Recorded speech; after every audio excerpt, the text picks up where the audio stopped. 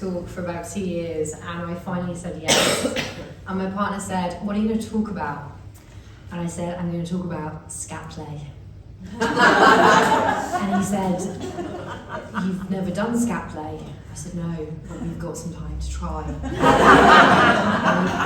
it feels a hard no. So I'm going to talk on the secret design into relationships. So first, my name. If anyone who isn't Greek can pronounce my surname, I will buy you a drink after this talk. Ntatalikas. Ntatalikas. So the N and the T together are a D. There is no D in the Greek alphabet. And the S on the female version of the name is silent. So I'm Ntatalika, but my husband is Ntatalikas.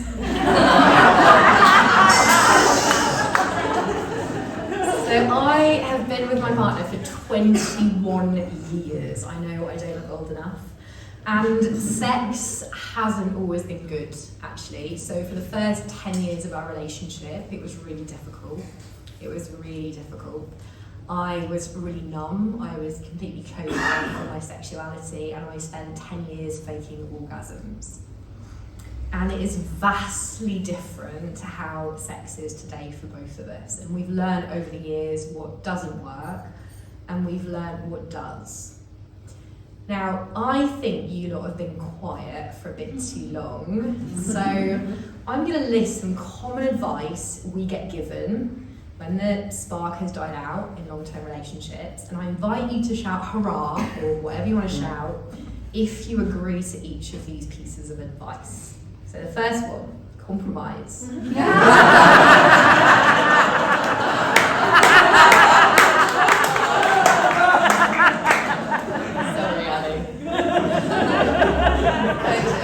Be more spontaneous. No. Impress each other. Have a positive mindset. Focus on the things you like. Open your relationship. Actually, little gestures, love notes and whatnot. Have therapy together. I really expected that to be less of the 7-7-7 rules. If no one's heard this, every 7 days you go on a date, every 7 weeks you go out for a night or away for the night, and every 7 months you head off on a romantic holiday. Ooh. Explore kink. Yes. I think I know my audience. I think I might be doing a scat talk the next time. Buy some more sex toys. Build a sex den. Get a new partner. That's dividing the room. Interestingly, research shows that that's the highest precursor to great sex for people who are menopausal. Just saying. Now, there are tons of articles, blogs, discussions out there about keeping the spark alive in long-term relationships, but what if we're looking at it in the wrong way? So we tend to think of desire as this out-of-the-blue craving for sex, this spark, this wanting to rip each other's clothes off. And that might be quite true in new relationships, but what about when you've been together for a long time? So I'm going to get you to shout out again, if you agree. Can you still have desire for each other when the spark has died out? Yeah. Yeah. Right, I'm going to ask that again because I feel like I need more audience participation. Can you still have desire for each other when the spark has died out? Yeah. Yes! Thank you. Should we be trying to reignite the spark? Yeah. No. Yeah, I was like, I don't know, it feels like a trick question.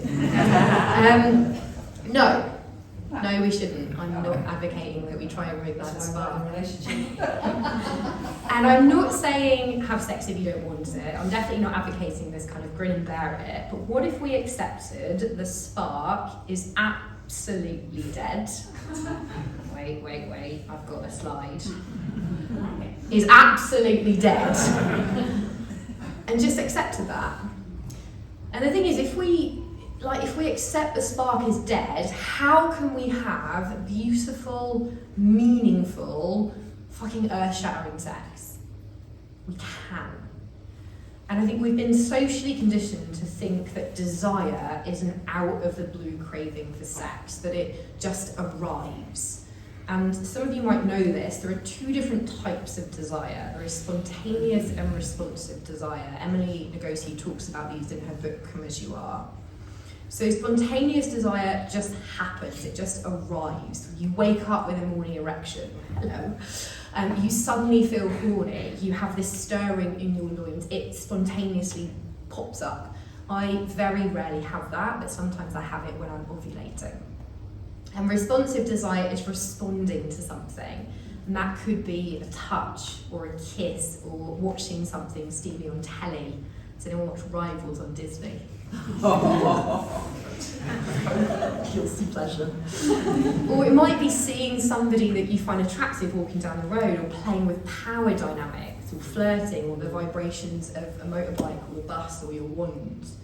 Now, according to research, and I have to caveat this by saying that the research that we've got currently is very heterosexual focused, that men and people assigned male at birth typically experience spontaneous desire 75% of the time, and responsive desire 25% of the time.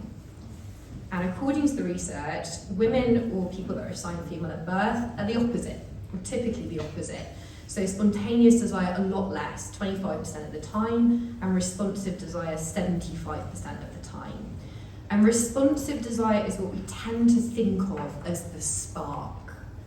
And the other thing is lots of things can affect that, lots of things can impact on spontaneous desire. So medications like antidepressants, for example, or this natural decline in testosterone as we age, or it might be changes in hormones through perimenopause or menopause, illness, for example, long-term disability, or how stressed we feel in general.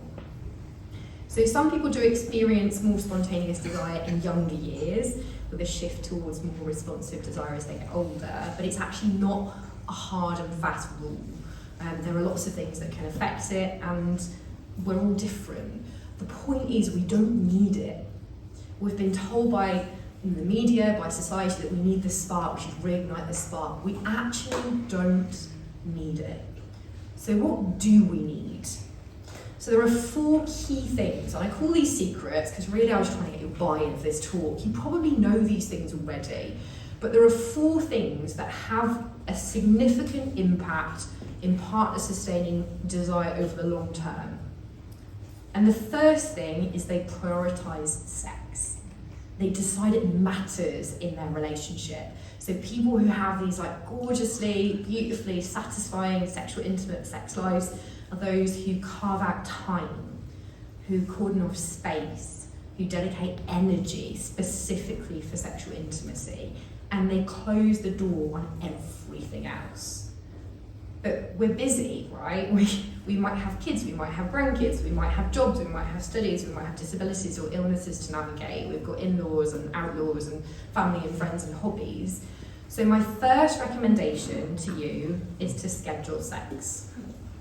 Now, my partner is not a fan of scheduling sex because he thinks it takes all the spontaneity out of it. And spoiler alert, it does. It does. And that's why it works. So you're not hanging around waiting for spontaneous desire to arrive. So the interesting thing, because my partner doesn't like it, and I do, we compromised. So we agreed that we're going to schedule sex once or twice a month, and we're going to be spontaneous the rest of the time. Can you guess what happens? We have sex once or twice a month. That's literally what happens. So after this talk, I invite you to make a date for sex. And if you're not in a relationship, make a date for solo sex. Just grab your diary, grab your calendar, pick up your phone, add a date in. You can work out all the particulars later. A word of warning though about scheduling, you have to be realistic.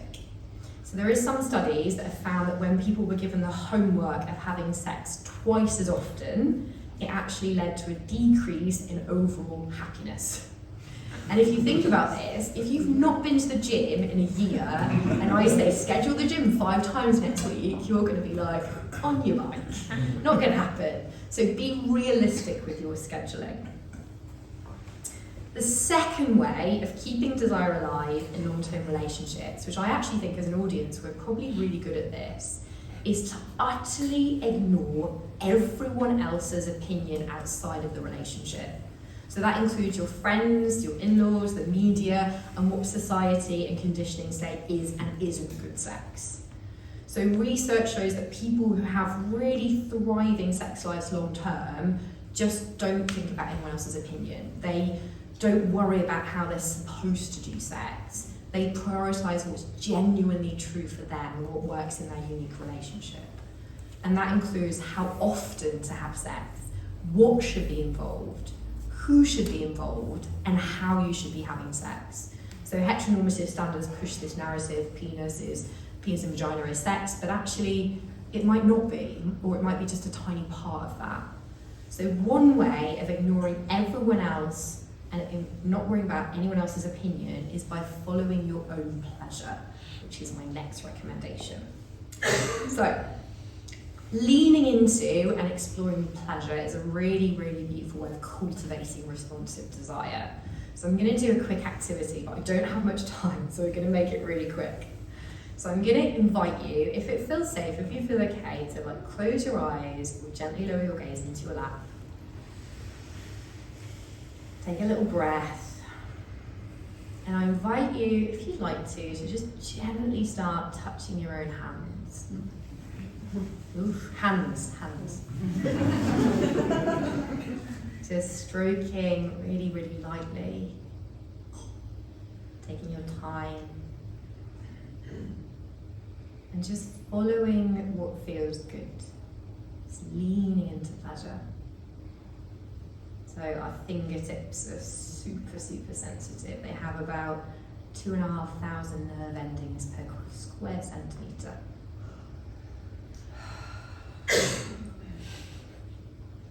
And if this is not bringing you pleasure, then think about what might in this moment.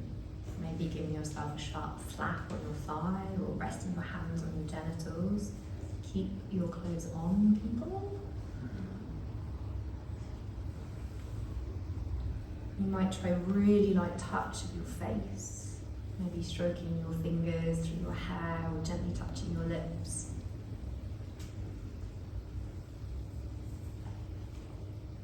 Oh, I could be here a while. So I don't have long, so I'm going to invite you to gently bring this to a close. Take a big breath in and a sigh out. Should it turned on? Come here again. So in your relationship, follow what feels good. Bring curiosity, bring experimentation, bring play, have adventures. My partner and I did a brilliant workshop that Lex ran at the weekend about shibari and role play, which was great for us. So really just exploring what brings you pleasure and do more of that. And the last secret to desire in long-term relationships is post-sex affection. So we focus a lot on climax and orgasm and being kinky and having all these incredible experiences, but we don't talk enough about the thing that comes after. And if you're familiar with kink, you'll be familiar with aftercare. It's a really important part of kink. So if you're involved in a kink play scene or a play session, that can be really immersive. So aftercare is really important to take care of each other after this emotional, psychological, physical needs. Aftercare is what helps you decompress and process that experience once it's over. Even if kink is not your thing, the more time you spend on post-sex affection, the more satisfied you'll be with your sex life. And research shows the more satisfied you'll be in your relationship overall. So a lovely little quote is, taking the time to be affectionate and talk more after sex, aka aftercare, can make sex better for everyone, not just those who own multiple pairs of hands. I do own multiple pairs of hands. So some of the ways you can do this is things like cuddling, spooning, big, little, or spoons rejoice. Things like holding hands. I always think of sleeping otters, like it's so cute, just like holding hands. You might have eye gazing, looking in each other's eyes, or light touch or massage, taking a bath or a shower together, snackage. This is my favourite one. And I put on here, sharing a snack and maybe feeding each other. No. I want the snack. I want the snack. And talking. So talking to your partner about what you enjoyed, what you'd like more of, what you'd like to try next time. Actually having this time to appreciate each other and shower each other with gratitude. And it helps us feel more comfortable then talking after sex. Then we can talk about preferences, we can talk about things later on that maybe we didn't like or that we prefer to have in a different way, rather than thinking our partners can mind read. My partner and I have got a really lovely practice we've been doing for about 10 years where after we've been intimate, whatever that looks like, we lie together and we share 3 things we really loved and enjoyed about that session. Dead simple. So I might say, I really enjoyed that you spent a load of time going down on me, and I really like that your beard tickled my arsehole.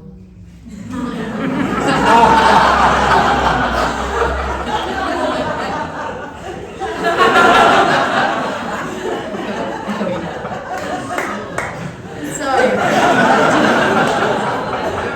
do whatever you find comforting, soothing, restful. So as a quick wrap up, it's okay if the spark is dead, you don't need it. You know, you don't need the spark. Prioritise sex and intimacy. Decide that it matters for you and your relationship. Schedule, but be realistic. You know, once a week, twice a month, schedule what works for you. Ignore everyone else's opinion outside of your relationship. Follow pleasure, follow what feels good. And post-sex affection, and, you know, beard tickle your ass.